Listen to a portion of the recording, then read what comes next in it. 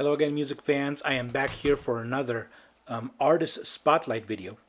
This time for Canadian power metalers Unleash the Archers. All right, this is a band that I have been lucky enough to see live twice.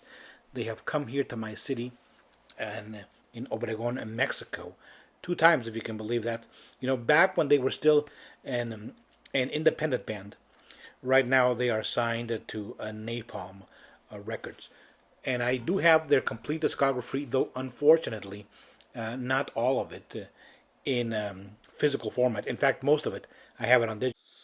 Now, Unleash the Archers is a band that is within the power metal genre, but they certainly do not fall into the cliches of power metal, you know, which can get to be a bit samey sounding at times.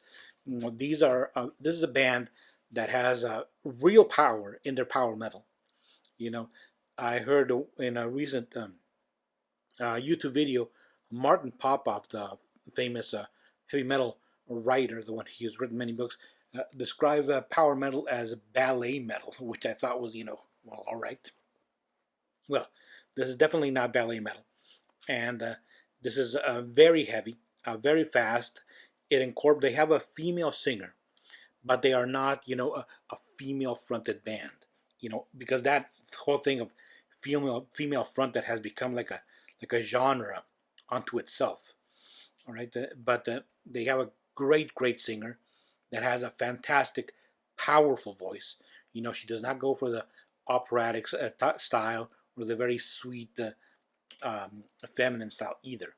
Even though you can, of course, tell that it's a woman singing. You know, she just doesn't do growls, even though they do have growling vocals in a lot of their songs. All right, and they do that with their guitarist. Takes care of those growling vocals, which combine with the clear vocals of the lead singer, making a very interesting combination. Their first album, which these two first independent ones, they do have on physical copies because I bought them when I went to see them live. This one is Behold the Devastation. Very, very heavy stuff, One even going into the thrash metal at times, right here. Heavy metal / thrash metal, thrash, power metal. Second one is Demons of the ASTROWASTE. Here it is signed by the singer Britney Slays.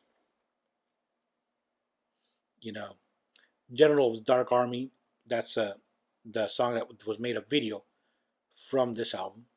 Check that one out. They also, when I also saw them live, I also got this 7-inch vinyl, Defy the Skies, which includes three tracks: The Path Unsought, Upon Ashen Wings, and Soulstorm. There was also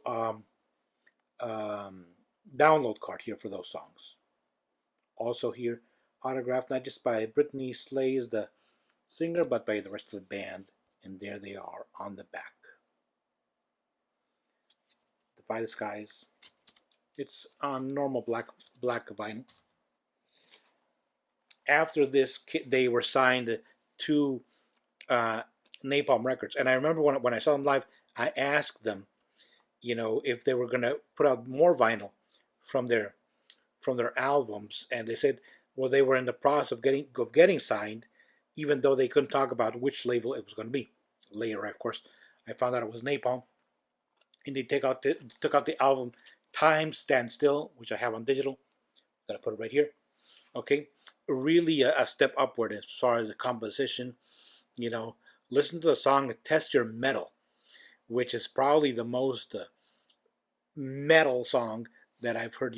Songs about heavy metal, which I've heard in recent years. A really, really great song. The entire album is really great from start to finish.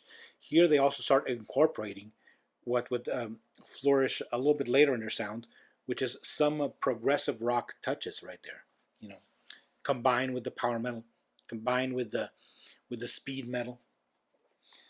After that came, I believe, they have another EP also called Explorers, Put it over here. Also, I have it on digital. These ones that I bought on digital, I bought on Bandcamp.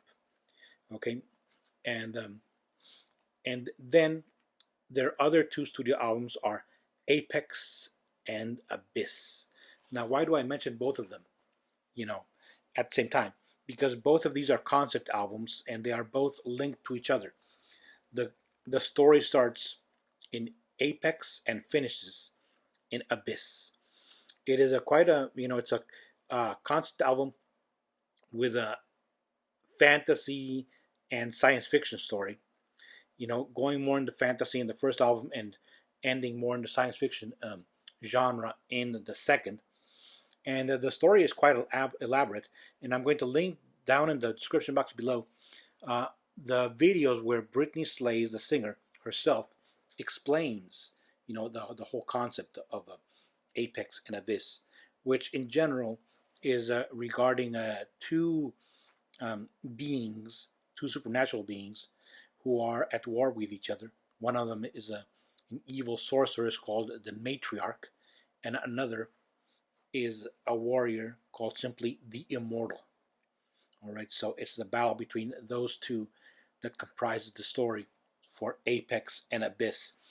Apex is more on the traditional power metal, speed metal side. Also with those growling vocals and right thrown in there, for good measure. But then in Abyss, their sound really, really goes into the progressive rock, progressive metal, which is, and I dare say it's one of the best progressive metal albums that I've heard in years. Very, very inventive, not a dull moment. You can listen through it through beginning to end, and it's just great. To me, that album, I dare say, I'm kind of split between that one and the Testament's Titans of Creation, called Album of the Year, because it is that good. Apex, equally good, but not as progressive. But then they really go into the prog metal side, on Abyss.